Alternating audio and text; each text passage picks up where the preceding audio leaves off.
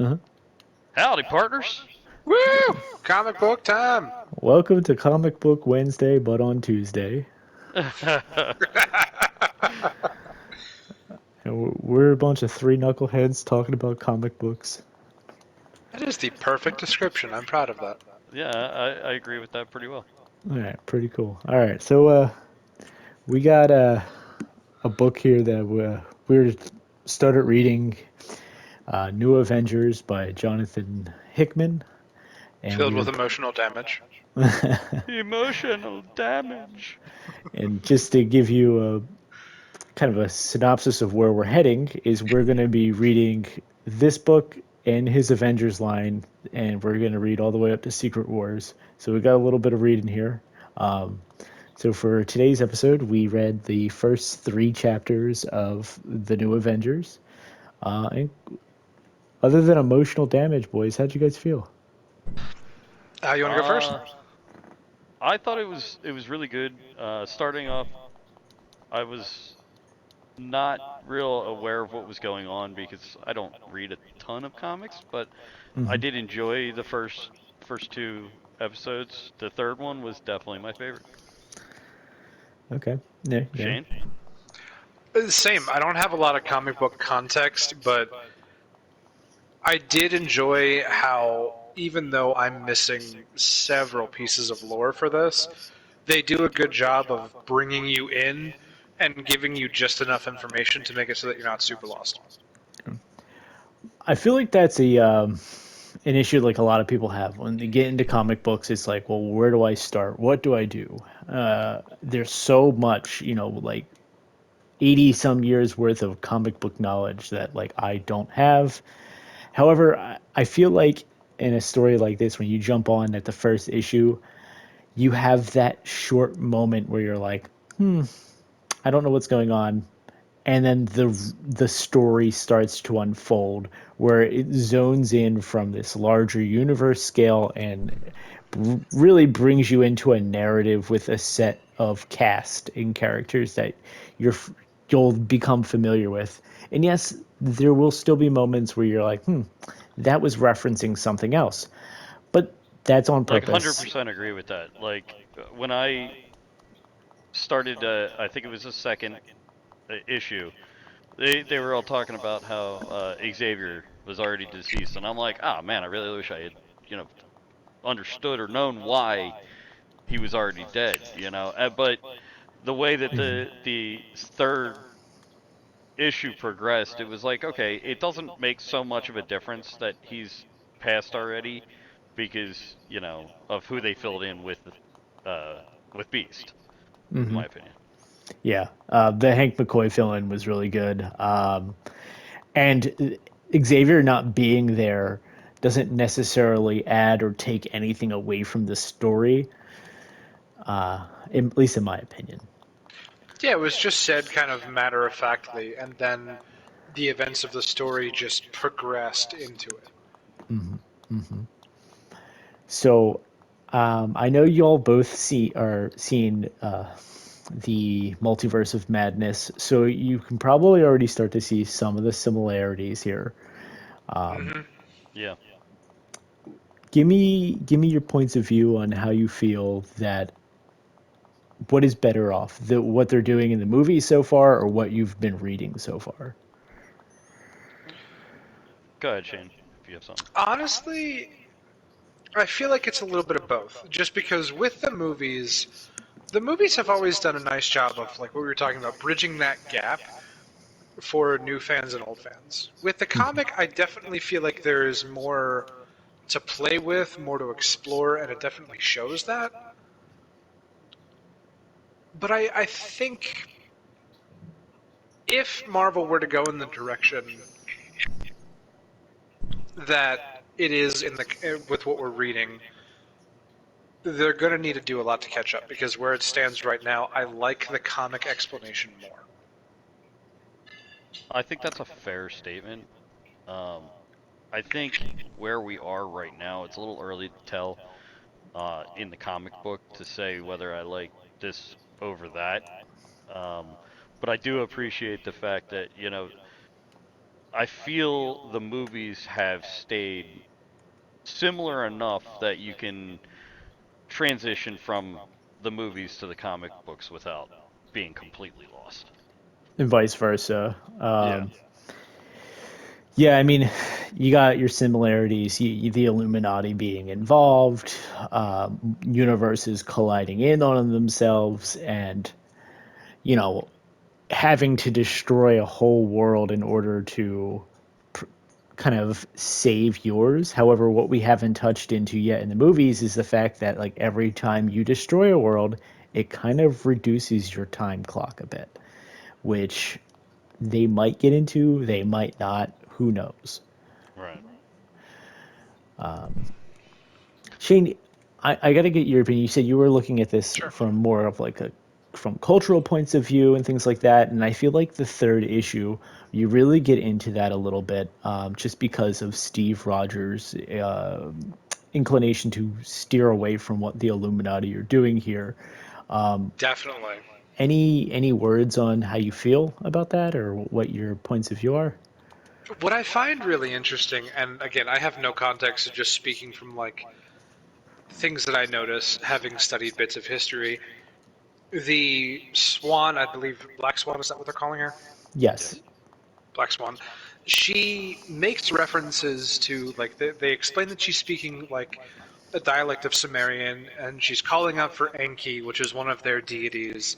So it shows to me that she's either been alive since that period, or these beings, because it's a comic book universe, are real or real to her.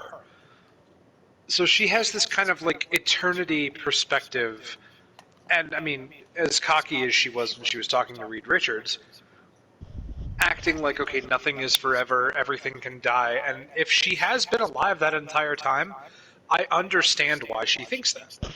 To Right. see that many civilizations fall and rise, it probably doesn't feel like anything to her.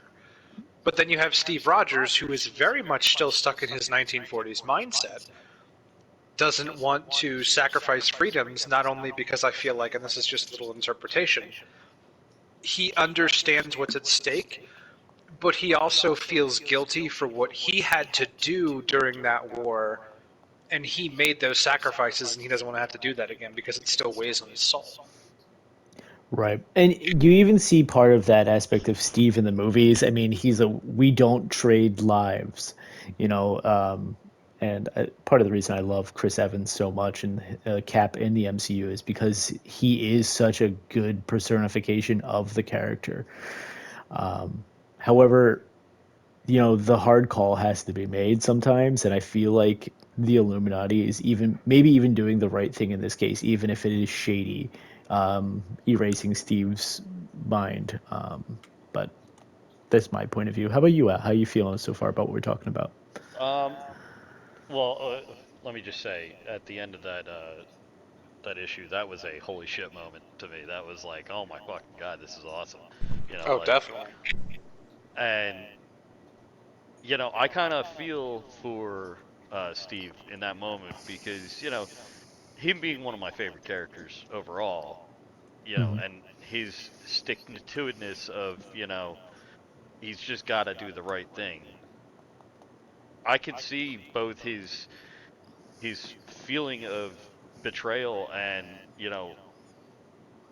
it's just it's the whole thing was a spectacular moment in the book for me. I really think that they're doing a good job with writing that section in. Yeah. How? I mean, I read some of this book before, and I don't remember a lot of it, so I don't know if they ever get to this point. But what happens when Steve finds out what happened to him? Like where does Yeah, it I go mean, from he's there? gonna be pissed, and rightfully so. I, another part of that moment that I just thought of.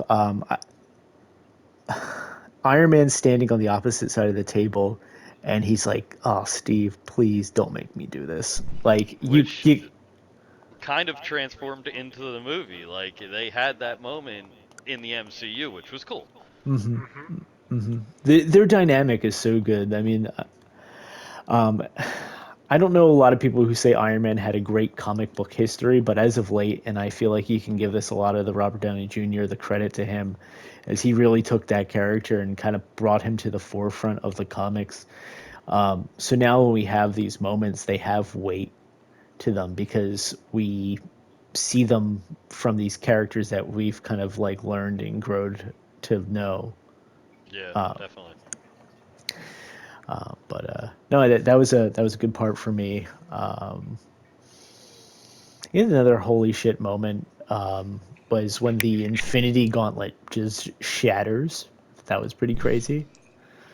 As a Yeah, side that was note, I want wild. to interject there of like, I don't, again, no comic book context. Who thought it was a good idea to give these guys Infinity Stone? They did. Xavier is the only one that I trust with those. The egotistical maniacs. It was their idea. Yeah.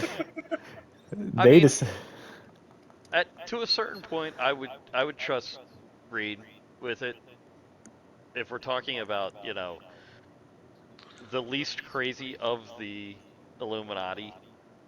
I would say Richards and Doctor probably Strange. Strange are the only other two that I would really think could be trusted with the Infinity Stones.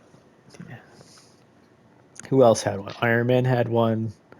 I mean, Yeah, Namor don't give Tony is the magic rock. yeah, right. Namor, I feel like is a piece of garbage from my knowledge of the comics. He's. I mean, it's even alluded to in the book. It talks about how he attacked Wakanda and like killed people, and like T'Challa is just like, dude, I'm gonna kill you. Like as soon as we're Yeah. done with this, you're dead. Um, let's see. I'm pulling up which one of them had the stones. Man, this you forget how long this book is when you go back. Okay, so Steve had the Soul Stone. Which did not shatter, right? That was the one stone that didn't shatter. It's good. I never even took notice. Ooh, that's a good point. Wait, is it the Soul Stone? No, you know what? They probably changed the colors in the to the movie, so it's probably not even the Soul Stone. It looks like Doctor Strange had one, Namor had one, Reed had one. So did Xavier, Hank McCoy. Didn't really go into that much more detail who had one, but they each have one. I think Reed may Yes. have had one too, but like, let's go look at the ones that shattered and what didn't.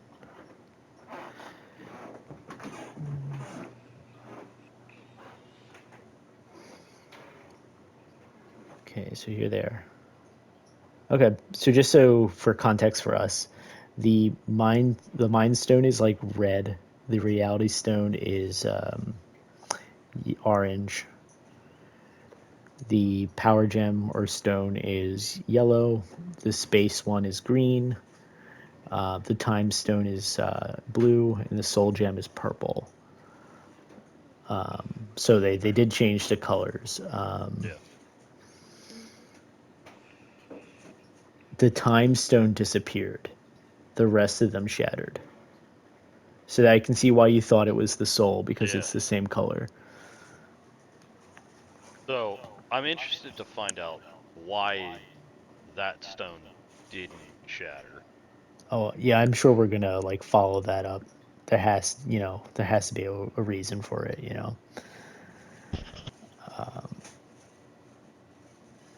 Let's see. I did like Reed's explanation of the incursions because when I heard it in Multiverse of Madness, it made sense. But then you take someone like Reed, who very much science background, like complete genius, and the way he explains it, I'm over here like, okay, I understood that more than the way they explained it in the movie. Yeah, it's definitely explained better on paper than it was on film. Hey, I mean, you can do a lot more on the books than you can in the on screen.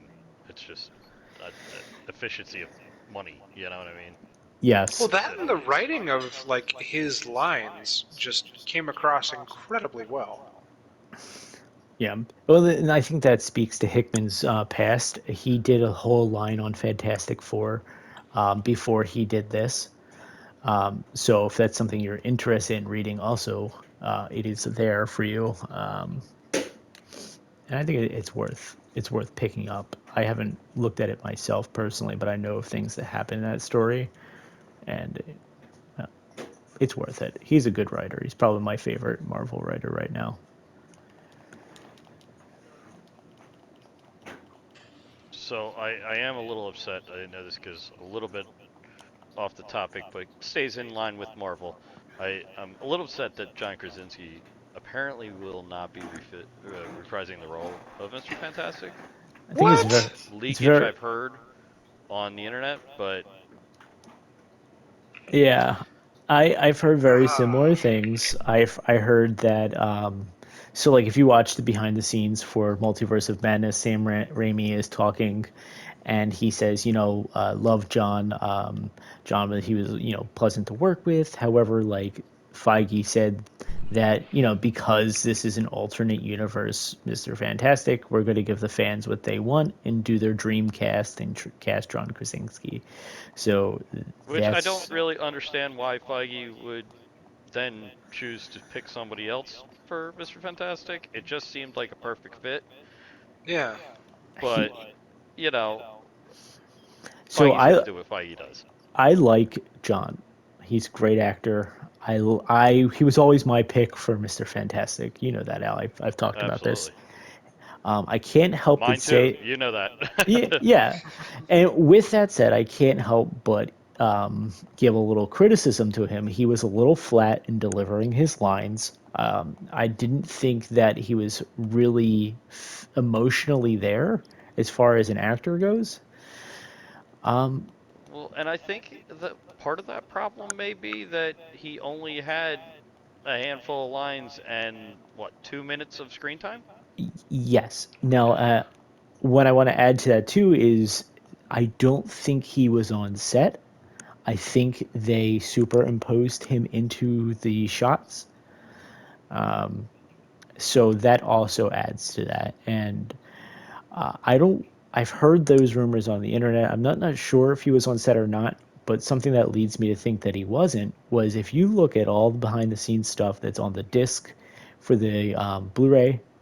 If you go into Disney Plus and you look at the making of Doctor Strange that they have on there, none of his stuff is talked about. And they go into almost each character on the Illuminati. And they're like, so and so was a big cast for us. This was a big cast for us.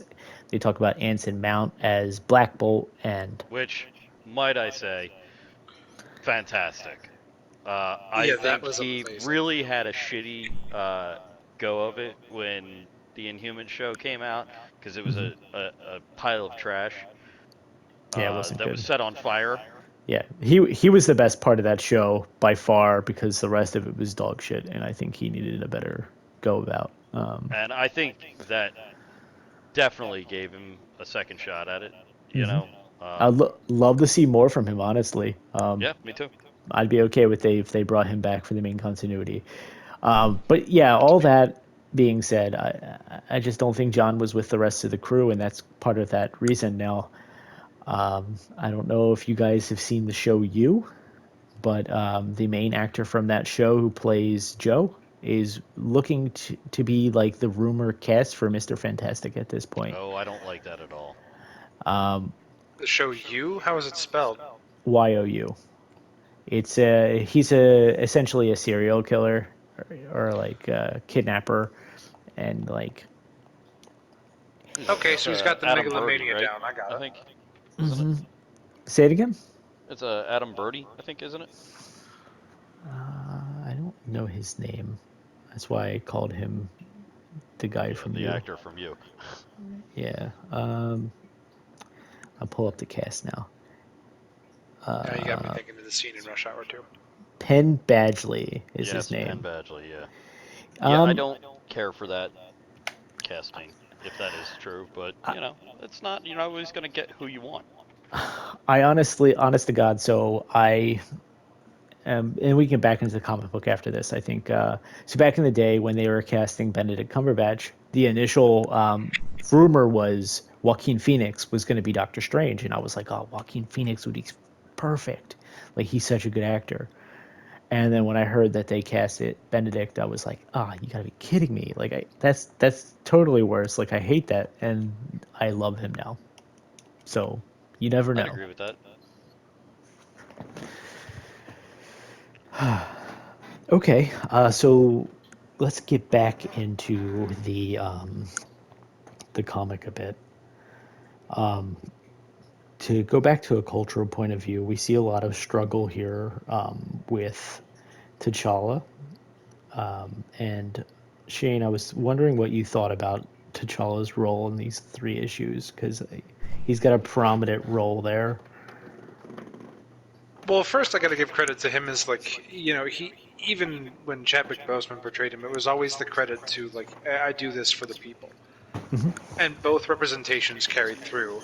And now like you had mentioned when he was talking to what was Narmer? Is that his name? Yeah, Namor, Namor. Yeah, Namor. Namor and Rama. Not sure either. Nay, like a Um, Namor. Namor. Thank you. When he was talking to him and he was like, "I do this for my people, but when this is done, I'm killing you." Like without mercy, cold, logical. Here's what I'm gonna do. Deal with it. Mm-hmm. And in that last scene in the third one, when Steve is going on his like little speech, and he's like Zitala, and he's just like, "No, we tried it one way, it didn't work. I've made it clear from the beginning that I'm doing this for the people, and if this idea didn't work, I'm open to all others." Like Right, I don't remember the exact line, but that was the tone that it carried. And Steve right. was so disappointed, but he really had no right to be. I'd Yeah, agree with that. I agree. I feel like Steve thought maybe he had someone backing him, but he didn't really read the room too well, you know? No. Yeah. And then you kind of see, I mean, his pain from the beginning. I mean, the book literally opens with T'Challa having a ceremony for the future space program of Wakanda, and like when he sees these young people die, he sees the future of Wakanda being hurt, which he takes personally.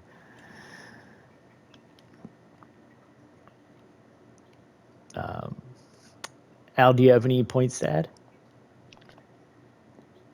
Um, no, I think that summarized that pretty well as far as the effect of the whole situation on Chitala, and you know him really taking it as a personal mission to protect his people and do what is best for them.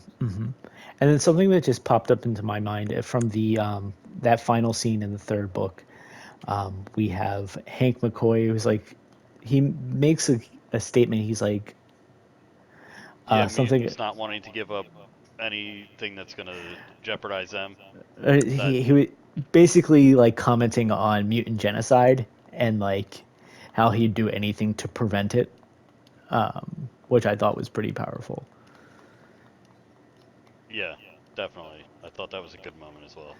Yeah, and I mean, mutants are in a bad spot. I mean, as you could probably surmise from the death of Charles Xavier. I am curious if you know, because I don't know if you've already read this or not. Does it explain what happened to Xavier, or does that require a little bit of background knowledge? So I can go into that a little bit if you'd like. It might Sure. talk about it. So there's a story called Avengers versus X-Men, and in this story, the Phoenix Force comes back to Earth, but because Jean is not there, it's it finds a new host, and at first it's five different people, one of them being Cyclops. Now, at a certain point in the story, Cyclops gets the whole Phoenix Force. I'm not going to go into it. You can read it if you want, but when he gets this full power, Charles tries to reach out to him. He's not really too successful because Cyclops ends up killing him. You know. Yes. Um, but yeah, I hope that answers your question. Yeah, definitely.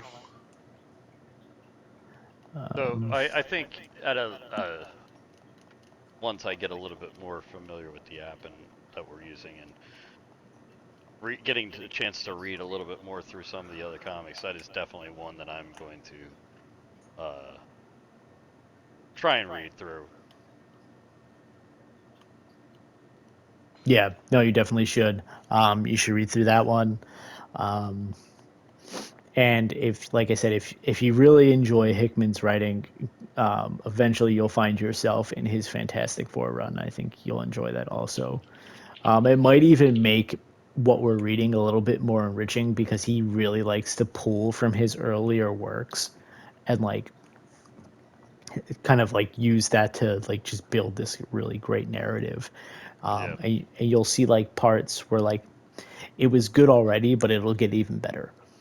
And Mhm. that's kind of why I wanted to start with where we're at because when we do read Secret Wars, it's just going to be that much better, and it's already amazing. So this just ties directly into it. No, yeah, this is the setup to Secret Wars. So, Oh, okay. So let me ask you this: what made you choose to start us off and go in through Secret Wars first instead of starting somewhere earlier in the timeline, all the way? because I know this was a good jumping on point. I also knew that we're already slowly building the Secret Wars in the MCU, and I thought that it might be enriching to like read this and then see where this is going, like have that parallel. I think I think that's really it though. Like I mean, we could have started elsewhere, but I feel like it would have taken us a little bit longer to get where we're going. And I Mhm. think this might just be an interesting enough story for us to kind of just a nice solid point. And then once we're done this, you each, if you guys want to have a storyline that we read, we can go and read that together. So Yeah, that'd definitely be cool. I think I want to transition, maybe talking about what we're going to be doing next, if that's okay with y'all. Absolutely. Sure. Okay. So the way the reading order goes for this story is you kind of flip between both New Avengers and Avengers. So Okay.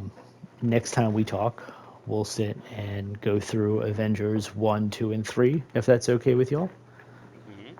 Hmm. I do have the books saved, so you should be able to just pull them up. And then essentially we'll be swapping back and forth. We'll do 3 and 3, I think. That's how we'll do it. And if that changes, I'll let you know. Yeah, absolutely. Okay. Now, there's a lot of other things that are happening concurrently in different stories. And Marvel really likes to keep things tied together as far as their books are concerned. So there will be a moment where we might be reading and Thor might disappear because he becomes unworthy. And you then might see Jane Foster's Thor show up. There might be a point where like different Spider-Man stuff happens and things like that. So like just and there'll be like little blurbs usually in the books, so keep an eye out. Sometimes they'll have like an editorial note at the bottom of the page, be like, see issue this of that, and you can then go and read that issue if you really wanted to. But for the most part, I don't think you're going to have any trouble understanding what's happening. Oh, and one last thing, on the way to Secret Wars, there is another event book that we'll be going through because it's just part of the story, and that is called Infinity. And in that, we'll see the introduction of the Black Order. You'll see a lot of stuff that's taken literally right from the book and was put into Infinity War, so that'd be That's pretty cool. cool to see too. But with that, I think we're done. Unless you guys have any final thoughts. No, I think that wraps it up pretty well. I'm excited to see what comes within the next couple of reads. You know, I enjoyed the first three issues. You know, and I think talking about them and understanding different points of view is important when we're reading through something like this. So you know, we can fully understand what the characters are going through, what you know the storyline really is trying to say, and I think this is an awesome situation here. Cool. Glad you're enjoying it, Al. How about you, Shane? I am too. The thing that has always gotten me about comics is the way that they're organized. And I've always felt, and like, granted, I haven't jumped into it, but I've always felt a little bit lost. So I really appreciate having a guide of now read this, go into this, because it's going to make the story connect. And if I were to get anybody into the comics that I read, like I'm a big fan of the Power Ranger ones, this is exactly how I'd do it. The Power Grid stuff. Honestly, if they were on here, I'd read them. Like they're so good. Yeah, I would more than happy to just say like, okay, do this one, and then jump to this one, and then come back because, like you said, it connects better when you understand that. Yeah. And I'm excited to see how it connects in the Marvel universe. Cool. Yeah, awesome. All right. Well, on that note, until next time, this was Comic Book Wednesdays on Tuesday. Hooligans out.